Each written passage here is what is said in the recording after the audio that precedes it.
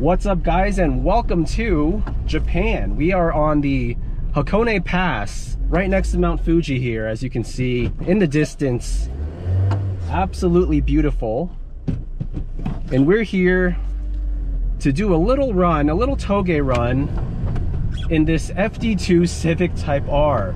We've rented this car from Omoshiro Rent-A-Car. This is my second time using their service. Absolutely love them. They have a huge variety of JDM cars to rent at various locations. We got this one from the head office north of Tokyo in Noda. This thing's done some miles, 208,000 kilometers, which equates to around 130,000 miles.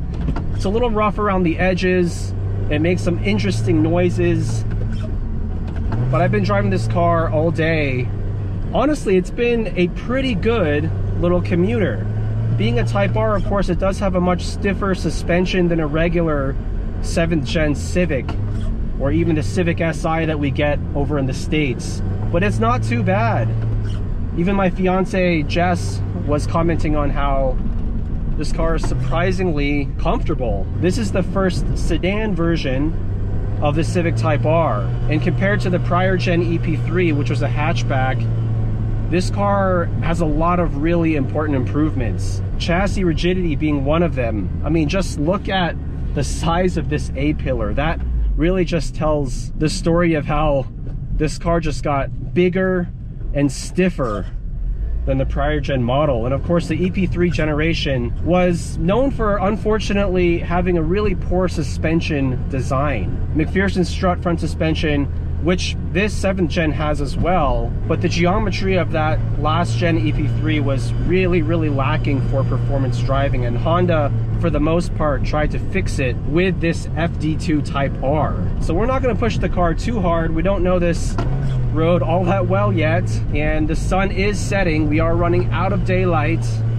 and honestly, driving on the right side of the car, or being on the right side of the car while driving on the left side lane, is definitely a little bit challenging, even though this is the second time I've now done it. So this is powered by the K20A1 engine. It's a 2-liter iVTEC inline 4-cylinder, naturally aspirated. It makes 225 PS, which equates to a little over 220 horsepower and very little torque. I think under 150 pound-feet, but this car's lightweight at sub 2,800 pounds. So let's see how it performs. Now, Hakone Pass is a very tight and technical road, so not a whole lot of opportunities to even get out of second gear. Oh, listen to that little motor scream. Dual overhead cam. Tons of performance for the time, for the era, for this type of vehicle. But of course, the new Civic Type R FL5 and my D5 Integra Type S are far more capable machines, not just in a straight line, but also in terms of cornering performance. But I'll tell you what, this FD2, as we get down into first gear, it feels very lightweight. It feels nimble, light steering, very precise. Not tons of feedback through this rack, but the car is easy to place, and the front visibility is tremendous. The actual windshield of this car, of this generation Civic, is very sloped. So we almost get a little bit of an NSX-esque view out the front. Love this Honda manual transmission. So good, so slick, so easy to use. Haven't missed a shift ever since I picked the car up this morning. Can even get it down into first gear. Look at that. The synchros will take it, no problem.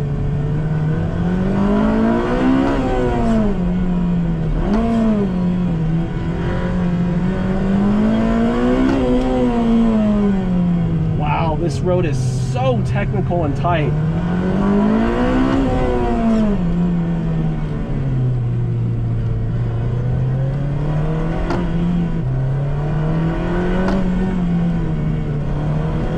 there's a reason I rented this FD2R instead of the typical R34 or R32 Skyline GTR. It's because this car is light, it's nimble, it has that naturally aspirated engine that rewards you for winding it out to its 8,400 RPM redline. This car is more fun at lower speeds compared to an old GTR. And for my first time on Hakone, I wanted this type of experience. After purchasing my Integra Type S last year, I've really honestly become more and more of a fan of front-wheel drive performance cars. And the fact that we never got the FD2R in the States made this a bit of a no-brainer for me. This is actually one of the cheaper cars on Omoren's list, but for me,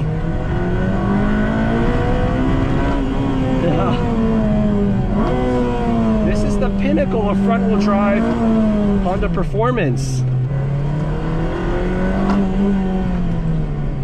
Oh man, so good, so fun to drive. This car, this road, this is what it's all about, the JDM car enthusiast experience. I mean, we're not pushing the car that hard, not nearly as hard as I'd be driving if this was on my local canyon road back in California. We're just out here to have a bit of fun.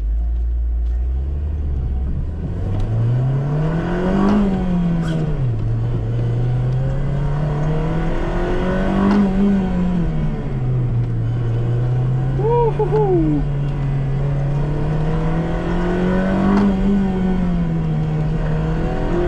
Now we're getting in the groove. A little more fun to go uphill since we can go full throttle more often.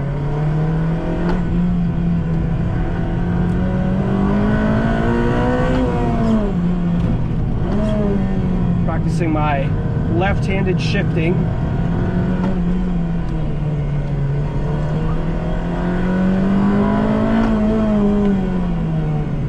This is what it's all about.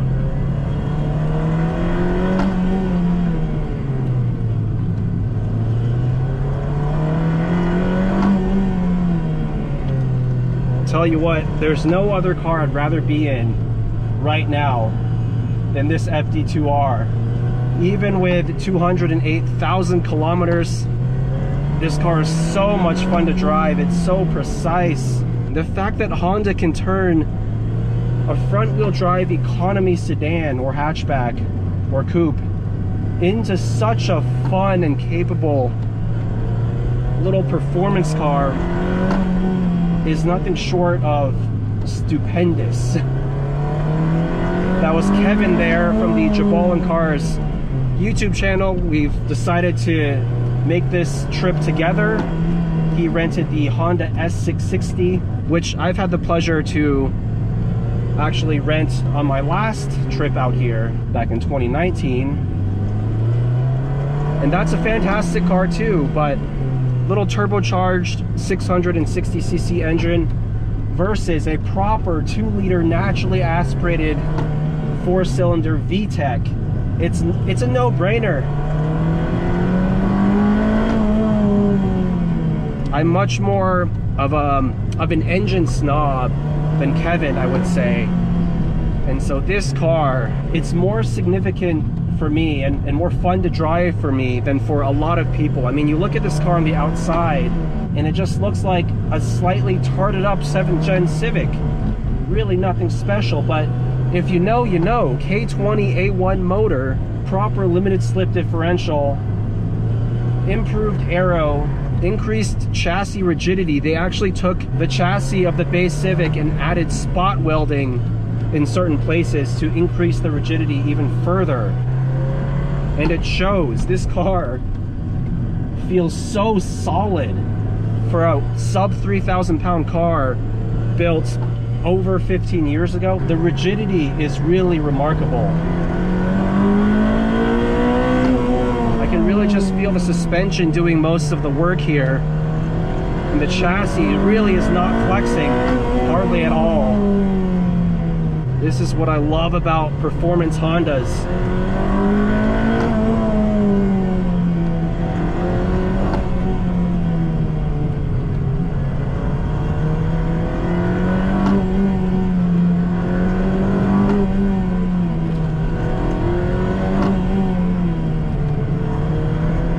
Barely any understeer.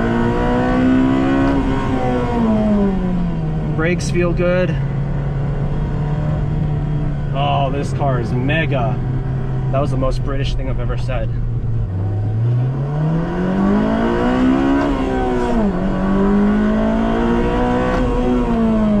Oh, yes.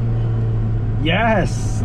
No trip to Japan for me, at least to Tokyo, would be complete without a proper driving experience, and Omoren has made that possible twice now. I'll put a link to their website in the video description. On your next trip to Japan, definitely consider renting a car. Even though the Tokyo subway system is amazing, just being able to get around freely, especially outside of the city, having a car is still a way to go. Their prices are super reasonable. You can get some really cool JDM cars for not much money at all. The retail price was around $140 or so. $140 for 24 hours. It's a no-brainer. All right, time to finish up my trip here. Maybe get some ramen or sushi on the way back to the city. Thank you all for watching. See you in the next one.